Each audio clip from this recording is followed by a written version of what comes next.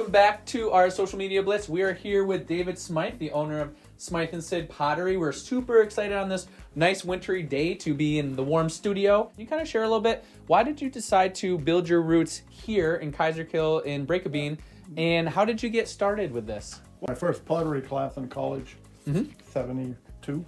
Okay. And you know, it grabbed me, and that was it. Right from the start, I knew this was it. But it took me 12, 14 years, different colleges, working for potters. After that, I worked in Woodstock for Woodstock Guild of Craftsmen, doing their ceramic program, and then looking for a place to live. Yeah. Woodstock, I mean, the potters. I mean, how do you afford? Right. We just kept moving north, and we found this 12 acres barn house. COVID was very good for pottery. Okay. I almost hate saying that, but pottery's in. Yep. And every potter that I talked to is like, wow, the internet and you know the SEEC grant was a big part of our internet. Oh, that's awesome. And that's probably 2/3 of our income now. Some people are actors who didn't work for 2 years, 3 years, or you know. So it was horrific, and I'm not trying to undermine the horror of it, but for us personally, you know, we were like, oh, what are we going to do? No shows, no. And a lot of people from Manhattan moved up, probably bored. You know, let's go another potter. So we kind of replaced everything from here. Oh, for like a year, and then that kind of ended. But then the internet picked up. If for some strange reason you ever wanted to know what inside my brain was like, yes, just look. This is it. This is it. But out of here, out of here comes the work. Yes. And I mean, it gets too messy, it gets too much. You don't want to screw with it because whatever it is working. Yep. You know, so you have to almost trust what's in here. Hundreds of decisions I make making something. Out of me, I'm in there somewhere. You know, and you know, you don't even. It's not like you have to think those thoughts. Yeah. It's, you know, I'm trying to not swear. Things come out of your shit comes out of your hands. Yep. What's been the motivation and the inspiration for your type of artwork and the products that you make?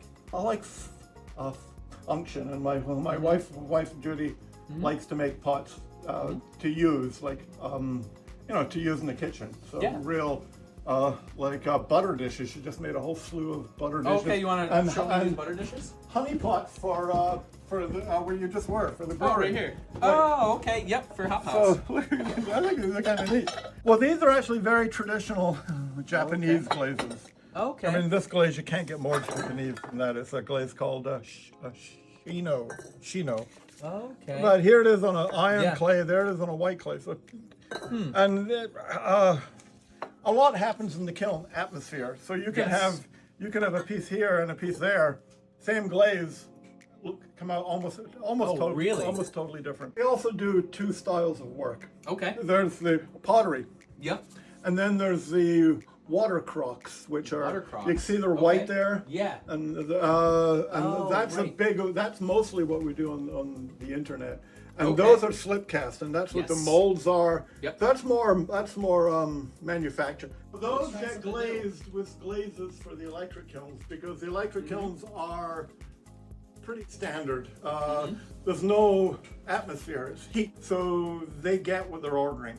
Yes. Whereas the outside kilns are propane, and in that world, somebody orders this, and they want that exactly. I don't know if I can do it, because it'll come out a little different every time. Our oldest boy is in Taiwan.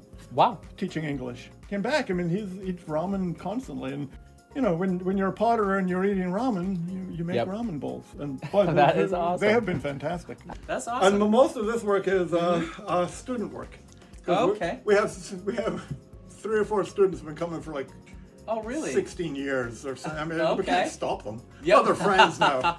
What's it like to have that interaction that you and your wife get to do something and kind of breathe and live pottery together? What's that experience been like? Often, I don't know how we work it, but often I leave, but I use that door and Judy uses. I noticed that. Often I walk out. And we do this little, I don't see her, she doesn't see me. And I go in the house and go, Judy, and she's out here, David. Yeah. And we seem to, I really thoroughly enjoy it when the two of us are in here working. And we're just working, and great music is playing. And are you surprised where you ship some of your products? New Zealand. New Zealand? Australia. Cool. And Belgium was hot for a while. I got about, Okay. I think one person bought one, then they bought another, then the friends bought one, and so they did. So I think last year I shipped about 6 to Belgium. What inspires me are other pots.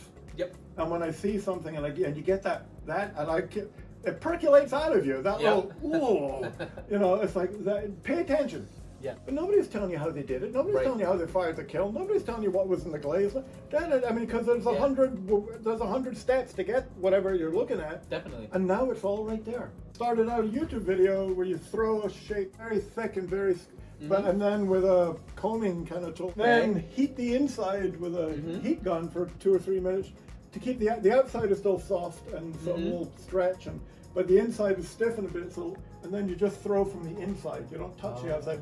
But because of that torque, it's twisting it. Right. So those vertical lines now start to get torqued and twisted. Yeah. But it began as a YouTube. Art is very important. There's a lot of youth into the theater. There's a lot of awesome artists. A lot of kids, and I was one. Yeah. You know, academically, it just wasn't there. Right.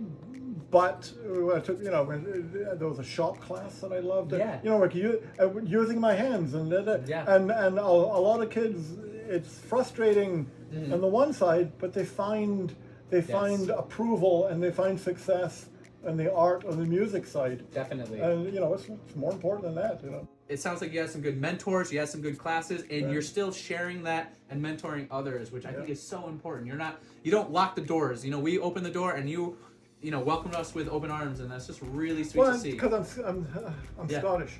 Yeah, and we have burned into us as that hospitality. Yeah. And that's, you know, I like that. I mean, and I honestly love it when people stop, or when Martin, my friend, because he's from Britain, and we'll have tea, and we'll have a hobnob and tea, and I just love that. And it's huge. It's huge. I want to say thank you for SEEC to help with bringing the community together, having you and Martin come together, meeting you 3 years ago, and you know, planting that seed, and now 3 years later, here we are in your studio. And that grant was a wonderful thing.